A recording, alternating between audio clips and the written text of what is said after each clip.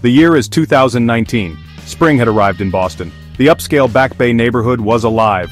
Michael Holland was a fixture in this world. He was a successful corporate lawyer. His suits were tailored. His briefcase was leather. He was a senior partner at a prestigious law firm. Michael was an expert in financial crime. He had won impossible cases. He was at the top of his game. Patricia Holland shared her husband's drive. She was a successful businesswoman. Her boutique was a beacon of elegance. It was the place to be seen in Boston. Patricia was known for her taste. She was a philanthropist. She was a force in the city. The Hollands were a power couple. They had been married for 12 years. They had a 10-year-old son. Their life was a series of high society events. They were the picture of success. They had it all. Or so it seemed.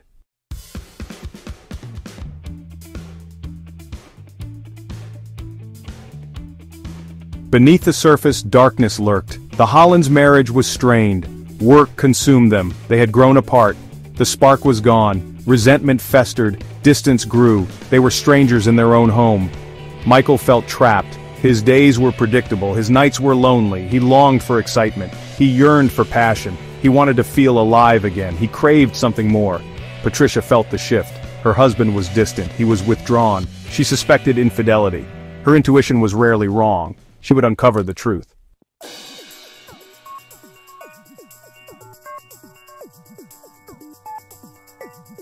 Stephanie Thornton was ambitious. She was intelligent. She was eager to prove herself. She was the perfect new hire. Patricia saw potential in her. She gave Stephanie a chance. She would soon regret it.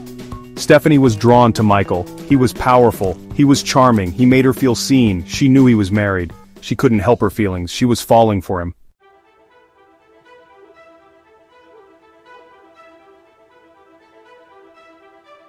June arrived. The city was alive with activity. Michael was working late. He was consumed by a case. It was a high-stakes corporate fraud. In the lobby of his office building, he saw her. Stephanie was there too. She was finalizing a client pitch. Their eyes met. A spark ignited. He was drawn to her energy. She was different. She was young. She was full of life. He felt a glimmer of something he had forgotten, something dangerous, something exciting. She was captivated by his presence. He was powerful. He exuded confidence. He was the kind of man who commanded attention. She felt a flutter of attraction. It was forbidden. It was intoxicating. They talked. It started innocently. Work, ambitions, dreams. The conversation flowed effortlessly. They were lost in their own world. Time seemed to stand still.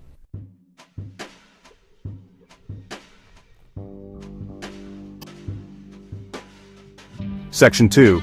Forbidden Conversations. The encounters continued. Business lunches became routine. Quiet dinners followed. The line between professional and personal blurred. They were playing with fire. Neither wanted to stop. He found himself confiding in her. His marriage, his frustrations, his desires. She listened intently. She offered solace. He felt understood. He felt alive. She was drawn to his vulnerability. He was more than just a successful lawyer. He was a man with a past, with regrets, with a longing for something more. She felt a connection, a bond that went beyond the physical. Their conversations became more personal. Their connection deepened. They were dancing on a razor's edge. Each encounter was a risk. Each stolen moment fueled their desire.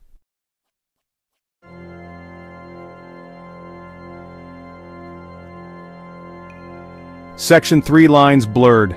August arrived. The summer heat was stifling. The affair was in full swing. They were reckless. They were consumed by passion. They were living a lie. He told himself it was harmless, a fling, a way to escape the monotony of his life. But deep down he knew it was more than that. He was falling for her. She was torn. Guilt gnawed at her conscience. Patricia had been nothing but kind, yet she couldn't deny her feelings for Michael. She was in over her head. They stole moments whenever they could. A weekend getaway, late-night rendezvous, secret texts. The thrill of the forbidden was addictive. They were living on borrowed time.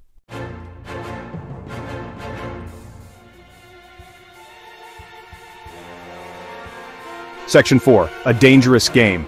Patricia noticed the change. Her husband was distant. He was preoccupied. He was always working late. She knew him too well. Something was wrong. His excuses were flimsy. His lies were transparent. Patricia saw through them all. She would uncover the truth. She would expose them. She hired a private investigator. The evidence was damning. Photos, videos, text messages. Patricia was enraged. Her suspicions were confirmed. Revenge would be hers. She would make them pay. She would destroy them. She would have her justice.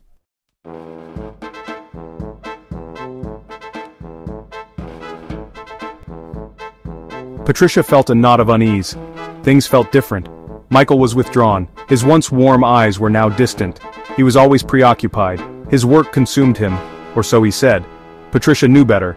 Intuition whispered doubts in her ear. She noticed the subtle changes, the lingering scent of unfamiliar perfume on his clothes, the late-night phone calls he took in hushed tones, the flimsy excuses for missed dinners and weekend getaways. Each discrepancy chipped away at her composure. Patricia was not a woman to be made a fool of. She began to piece together the clues. Like shards of a broken mirror, they reflected a devastating truth. Her husband, her partner, the man she had built an empire with, was betraying her. The thought sent a chill through her, a cold premonition of the storm to come. Patricia would have answers.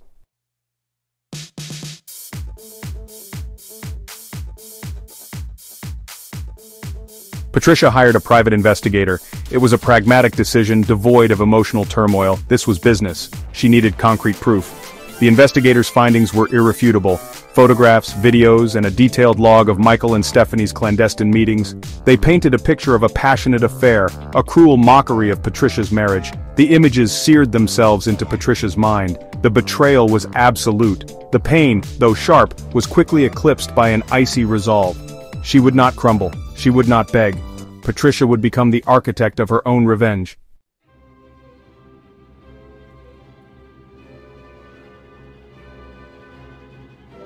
Patricia felt a cold fury course through her veins. It was a potent cocktail of betrayal, anger, and a thirst for retribution. She had always been in control. Her life, her marriage, her business, all meticulously orchestrated. Now her carefully constructed world was crumbling around her. She would not be the victim. She would not be humiliated.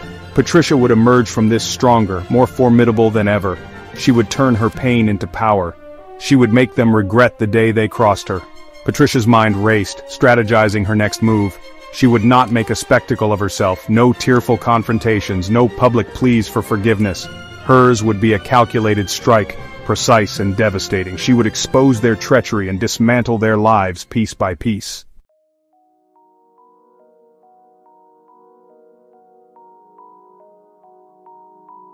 Section 4. The Master Plan. Patricia was a master strategist. She had built her empire on calculated risks and bold moves. This situation called for nothing less. She would not simply react, she would orchestrate their downfall. Her first target was Stephanie. Patricia would strip away her facade of innocence, expose her ambition as a tool for seduction.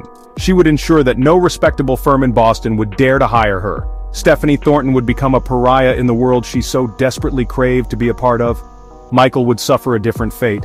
Patricia would use his betrayal to destroy his career, his reputation, everything he had worked so hard to build. She would expose him as a fraud, a hypocrite who preached ethics while betraying his own wife. The legal community, a world built on trust and reputation, would cast him out.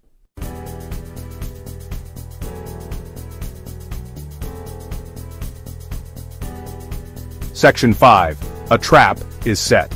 Patricia's annual fashion event was weeks away. It was the pinnacle of Boston's social calendar, a gathering of the city's elite. This year, it would serve a different purpose. It would become the stage for her revenge. She would use the event to expose Michael and Stephanie's affair, but not with a ranting speech or a tearful breakdown. Patricia would maintain her dignity, her composure. She would let their betrayal speak for itself. The event would be meticulously documented. Photographers, videographers, and social media influencers would all be present, ready to capture every moment. Patricia would ensure that their humiliation went viral, a cautionary tale for anyone who dared to betray her. The trap was set. All that remained was to await their arrival, and Patricia, ever the gracious hostess, would be waiting.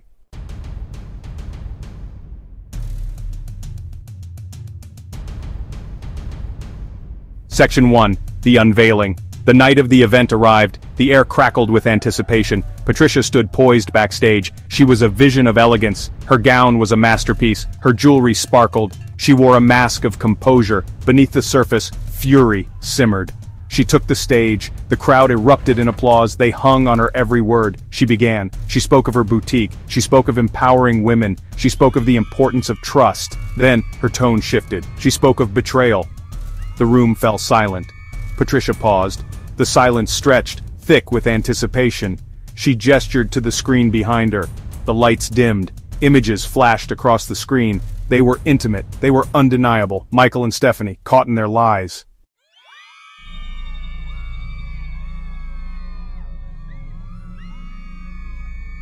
Gasps rippled through the room, whispers erupted, the crowd was stunned into silence. The images were a gut punch, the affair was laid bare, the betrayal was palpable. Patricia watched their reactions with cold satisfaction. Michael was trapped.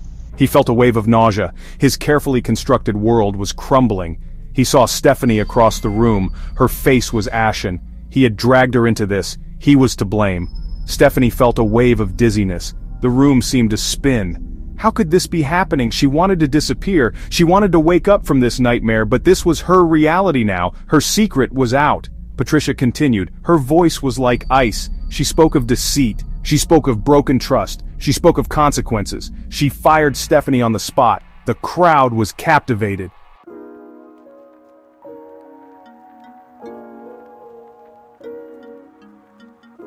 Stephanie fled. Tears streamed down her face. She couldn't bear to stay. The stares were unbearable. The whispers were like daggers. She had lost everything. Her career, her reputation, her dignity. Patricia was just getting started. She announced her divorce. She would take everything, the house, the business, their son. She would leave Michael with nothing. He deserved to suffer. Patricia's lawyers flanked her. They were ready. This was a calculated takedown. Michael would be destroyed. Stephanie was collateral damage. This was about justice, or so Patricia believed.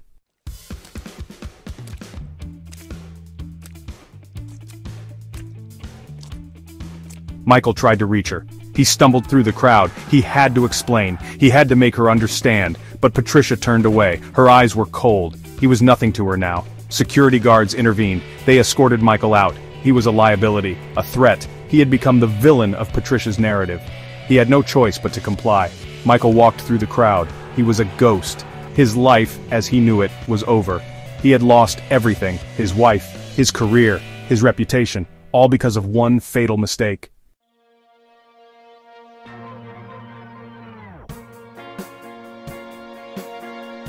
The scandal broke. The story was everywhere. The newspapers, the news channels, social media. The Hollands were front-page news. Their dirty laundry aired for all to see.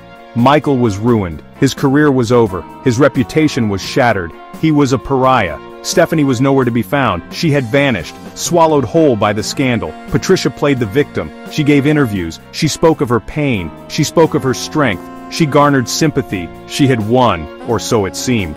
The scandal faded. Life went on. But for Michael and Stephanie, the scars remained. They were forever marked by the events of that night. They were forever bound by their secret, and by the consequences of their actions.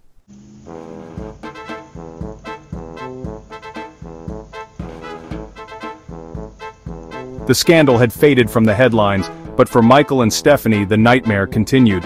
Patricia, true to her word, had launched a relentless campaign to destroy their lives. She moved with precision. She was ruthless. Whispers followed Stephanie. Job offers vanished. Her reputation was tarnished. No one wanted to be associated with the other woman. Patricia had seen to that. Michael fared no better. His clients deserted him. His colleagues shunned him. His name was mud. Patricia had poisoned the well. His career was over. Patricia had woven a web of lies. She spun tales of incompetence, infidelity, and deceit. She painted Michael and Stephanie as villains. She, of course, was the victim, and the public ate it up.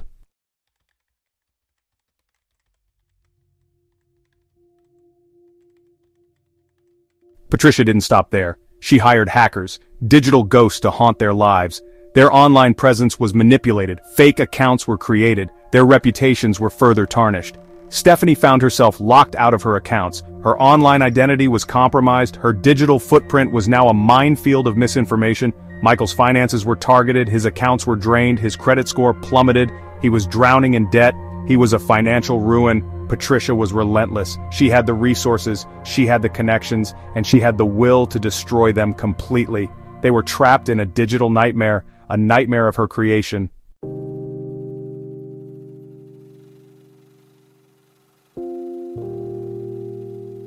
They tried to rebuild their lives, they moved, they changed their names, they tried to outrun the scandal. But Patricia's reach was long, the whispers followed them. Stephanie lived in the shadows. She was a ghost, haunted by the past, She was too recognizable, too tainted by the scandal. She was unemployable. Michael was a shell of his former self. He was broken, defeated. He drifted from job to job. Each time the past would catch up with him, he was forced to move on. Again and again, they were trapped in a cycle of despair. Patricia had taken everything from them, their lives, their careers, their dignity. They had nothing left to lose.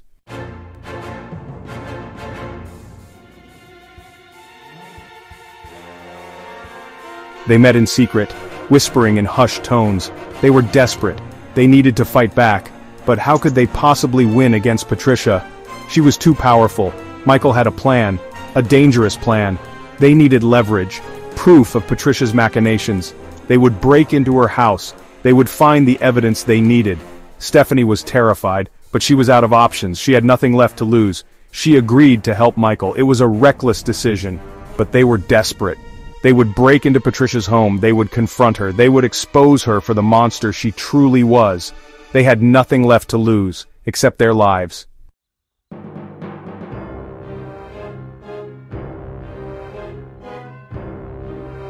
The night was still. The air was heavy. Michael and Stephanie approached the house. It was a mansion, cold and imposing.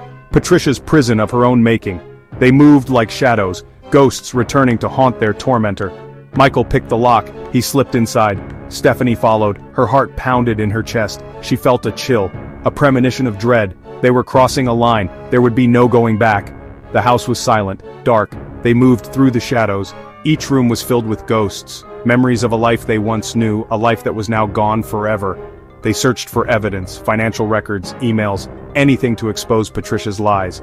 But the house was a labyrinth, and time was running out.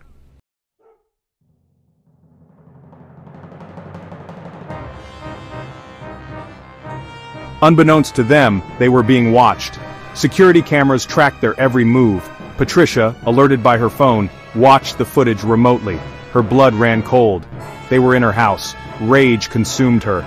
She would not be violated. Not again. She grabbed her keys. She sped towards home. The hunt was on. Stephanie froze. A noise. A car door. She turned. Her blood ran cold. Patricia stood in the doorway. Her eyes blazed with fury. "You!" Patricia spat. "You dare to show your face here?" Stephanie was speechless. Fear paralyzed her. She had walked into a trap.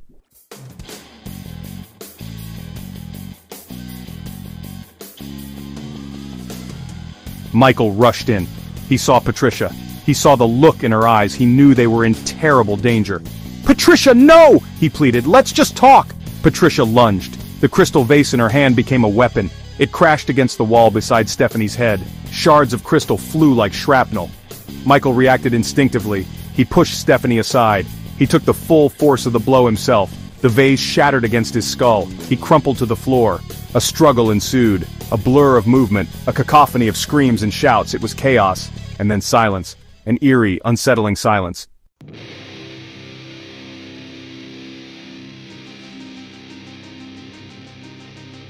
Stephanie stared at Michael. He lay still. His eyes were blank. Blood pooled beneath his head. He was gone. She had witnessed his death. Patricia stood frozen. The vase slipped from her grasp. It clattered to the floor. She stared at her blood-stained hands. What had she done? Sirens wailed in the distance. They grew louder, closer. Judgment was coming. There would be no escaping the consequences of this night. The front door burst open. Blinding light flooded the hallway. A voice boomed. "Police! Everyone get down!" But it was too late. The damage was done. A life had been taken, and nothing would ever be the same again.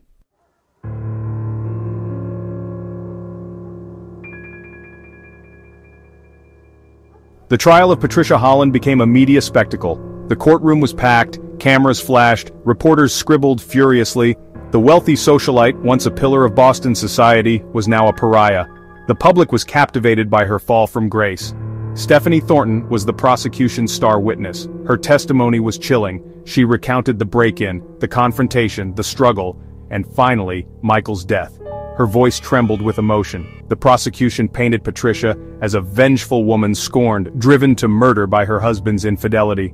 They presented evidence of her elaborate plan to destroy Michael and Stephanie. They argued that she had intended to kill that night. The defense countered that Patricia had acted in self-defense. They argued that she had feared for her life when she found Michael and Stephanie in her home. They claimed that Michael's death was a tragic accident.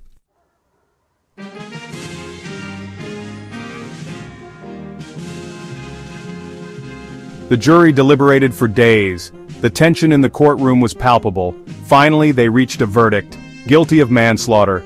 Patricia Holland, the woman who had once had it all, was going to prison. The judge sentenced Patricia to 8 years. Her empire crumbled, her business folded, her reputation was in tatters. She was a shell of her former self. Stephanie Thornton walked free, but she was forever marked by the events of that night. She left Boston seeking anonymity in a new city. She would forever carry the weight of Michael's death. Their son, caught in the crossfire of their toxic love, was sent to live with his grandparents. His life, too, was irrevocably changed. He was left to grapple with the consequences of his parents' actions.